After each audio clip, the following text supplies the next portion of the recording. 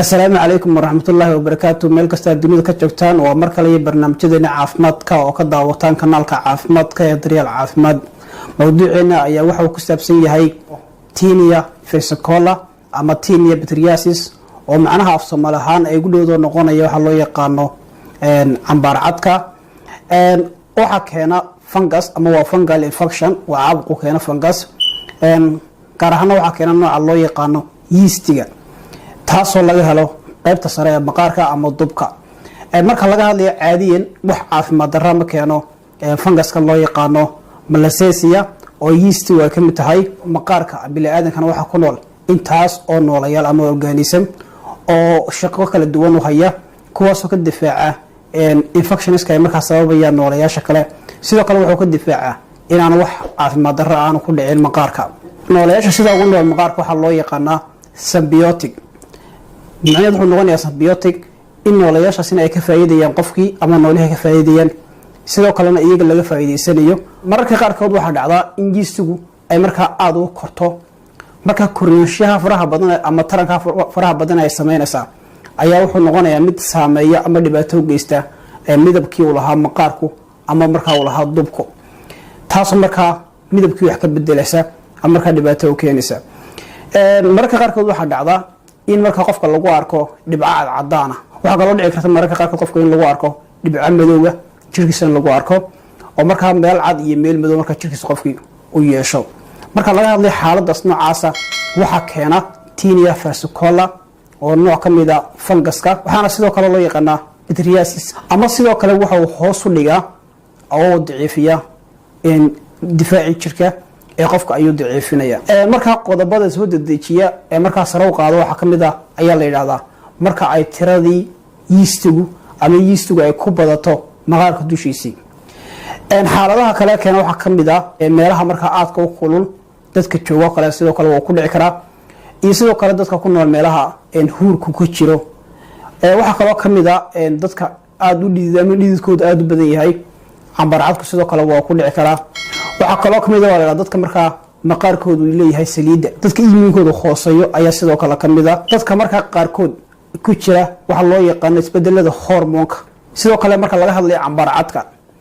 wuxuu ku dhici karaa ama qofku waa cadaado ama noqdo qof madow wuu ku dhici karaa wuxuu aad ugu badan yahay la da'yarta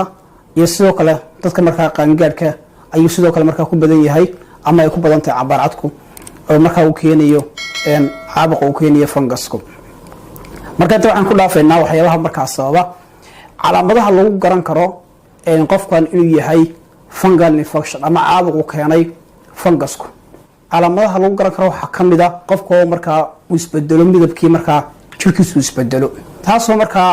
kamid ah calaamadaha ina tusaya in marka uu jiro cambaar cad kaloo kamid ah qofka lagu arko dhibco cad iyo kuwo madmadow khaasatan waxa lagu arkayaa qofka gacmihiisii waxa lagu arkayaa laabtii oo kale waxa lagu arkayaa qoortii waxa lagu arkayaa dhabarkii qofka sababtoo ah waxa muuqanaya in qofka jirkiisu yeesho barcad iyo barmadow taasoo ka dhigan marka kalarka jirkiisu marka uu hooseeyo ayaa ka laga arkayaa marka laga hadlayo maqaarka waxa midabaysa maadada loo yaqaano melanin marka unugyadii soo saarayay melaninta loo yaqaano melanocyte ayaa marka hoos u dhacaya oo marka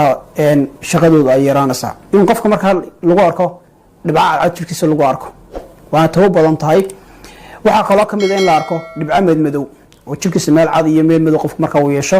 marka qaarkood waxa noqon kara dhibcaas kuwa casaana marka qaarkood waxa noqon karaan kuwa madow saan sheegnay waxa kale oo noqon karaan kuwa markaas buniya ayaa marka jirkiisa qofka lagu arki karaa dhibcaha sameysmaya qaarkood waxa noqon karaan kuwa qalalan oo markaan qoyaneen waxa kale qofku dareemaya ama marka uu yeelanaya uu yeelanaya qofku waxa kale qofku yeelanaya in marka qolof ay fuusho jirkiisii meelihii markaas uu ka gaaray caabuqa fungusku cambaar cadka marka laga hadlayo qofka marka skinkiisu ama maqaarkiisu ama dubkiisu yahay qof madow wuxuu keenaa loo yaqaano hyperpigmentation wuxuu hoos ridaa ama uu yareeyaa midabaysankii unugyada jirkiisa dabeetana waxay isu bedelaan unugyadii kuwa cadcad bay isu bedelaan marka qofkii jirkiisa waxa lagu arkaya marka midabkiisu madowga dhibic cad iyo dhibic madow baa lagu arkaya. sidoo kale waxaa jira dadka qaarkood in lagu arko xaalad taa ka duwan oo ah in qofka skinkiisa uu noqdo madow uu sii noqdo iyadoo midabka uu ku badanayo sidaan sheegnay maadada melanin ayaa markaas sare u kacaysa. xaaladda waxaa loo yaqaanaa hyperpigmentation. dadka qaarkood iyadoo funguskii ama noolahaasi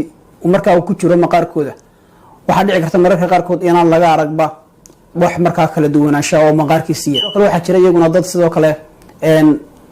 jirkooda ka dareema cuncun far badan ka dareema laakiin sidoo kale iyaguna aan lagu arag wax calaamada ama barihii cadcada noqdaan ama ku mid madooba markaa noqdaan. maxaa ka mid ah markaa waxyaabaha khatarta ee markaa qofka uu keeni karaa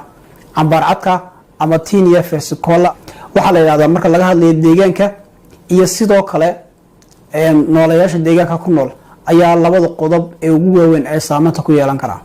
waxaa kaloo ka mid ah haddii qofku familigiisu lahaa isir ahaan sidoo kale waxaa laga yaabaa inuu ku dhaco. waxaa kaloo ka mid ah sidaan sheegnay qofka markaa dhiid fara badan jirkiisu uu soo saarayo taasna waxyaabaha keenaya ayay ka mid tahay. waxaa kaloo ka mid ah qofka ku nool deegaan markaa aada u kulul ama markaa deegaan markaa huura. waxaa kaloo ka mid ah qofku difaaca jirkiisu markaa uu hooseeyo. dadka qaarkood qaata dawooyinka daciifiya ama hoos u dhiga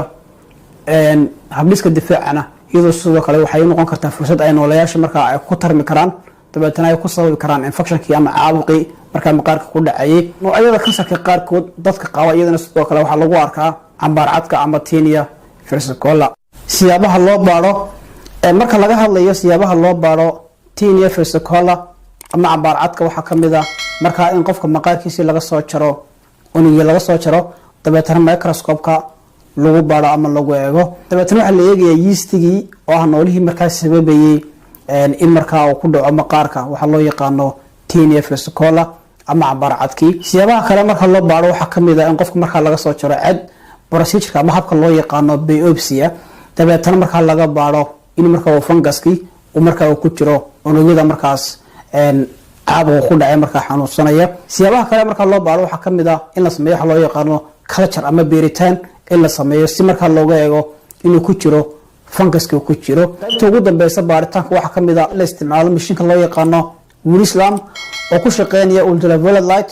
markaa wuxuu sii deynayaa fallaaro dhererkooda u dhaxeeya 4 ilaa 5 inch koos markaa maqaarka gelaya. sidoo loo daweeyaa marka laga hadlayo tinea versicolor ama waxa loo yaqaano cambaar cadka daweynta marka laga hadlayo waxay ku xiran tahay haddii calaamaduhu aanay ahayn calaamad markaa aada u daran. inta badan waxaa la doorbidaa in qofka bukaanka oo markaa isagu uu guriga isku daweeyo. waxyaabaha heli kara markaa waxaa ka mid ah waxyaabaha markaa u baahnayn inuu markaa qoraal dhakhtar ama dhakhtar usoo qoro. waxyaabaha waxaa ka mid ah kariimada loo isticmaalo funguska. waxaa kaloo ka mid ah shaambooyada. dhammaantood waa kuwo markaa saameyn xoogan isla markaana dili kara funguska. waxaa kaloo jira dawooyin iyaguna sidoo kale aan u baahnayn qoraal dhakhtar oo markaa iyagana farmasiyada qofku heli karo ama goobaha caafimaadka. waxaa ka mid ah dawada loo yaqaano clotrimazole ama waxay ku caan tahay Bactrim. waxaa kaloo ka mid ah iyadana dawada loo yaqaano Magnasol oo heli karo iyadoo markaa creama. inta marka laga yimaado waxaa kaloo qofku uu heli karaa iyadoo markaa uu dhakhtar u qorayo dawooyinka dubka ama maqaarka la mariyo. waxaa kaloo qofku heli karaa kiniinada afka laga qaato. labadan dambe hadda aanu sheegayna iyagu waxay ku xiran yihiin markaa inuu dhakhtar qofka u soo qoro. qofka markaa si iskiya isuguma qori karo ama kama doonan karo markaa goobaha caafimaadka sida farmasiyada oo kale. inta haddii ku dhaafno sida loo daweeyo tinea versicolor ama cambaar cadka. siyaabaha loogu hortegi karo tinea versicolor ama cambaar cadka waxaa ka mid ah inaanu qofku isticmaalin dhammaan waxyaabaha ka samaysan saliidda. waxaa kaloo ka mid ah qofku inuu ku dadaalo nadaafadda ama caafimaadka maqaarkiisa. waxaa kaloo ka mid ah inuu qofku aada uga taxadiro markaa in cadceed fara badan ama fallaaraha cadceedu ay markaa ay maqaarkiisa ku dhacaan kuwaasoo markaa dhiida sameynaya kuwaasoo markaa suurto ka tahay inay yeastiga markaa tiradooda ay korodho dabeetana ay keento tinea versicolor ama waxa loo yaqaano cambaar cadka. waxyaabaha kale la soo jeediyo waxaa ka mid ah inaan qofku xidhan dhar markaa jirkiisa ku dhegan. inta badan qofkaas waa inuu xidhaa dhar markaa ka samaysan cudbi ama suuf waxa loo yaqaano si markaa loo yareeyo dhiid faraha badan markaa ay jirkiisa uu sameynayo. waxaa kaloo ka mid ah inaan qofku aan dadka kale la wadaagin tuwaalada ama waxyaabaha markaa jirka lagu qallajiyo. ugu dambeyntii waxaan kusoo gabagabeynayaa markasta oo qofku taabto meelihii markaa caabuqa funguska uu gaadhay ee markaa cambaar cadka jirkiisa ku taalay inuu markaa nadaafadda gacmaha uu ku dadaalo isagoo markasta gacmaha maydhaya. intaas ayaan kusoo gabagabeynayaa barnaamijkeenu ku saabsanaa tinea versicolor waxa loo yaqaano cambaar cadka. fadlan wixii aad talo tusaale iyo su'aalaha qaybta hoose ee commentiga nagu reeb waad ku mahadsan tahay daawashadaada.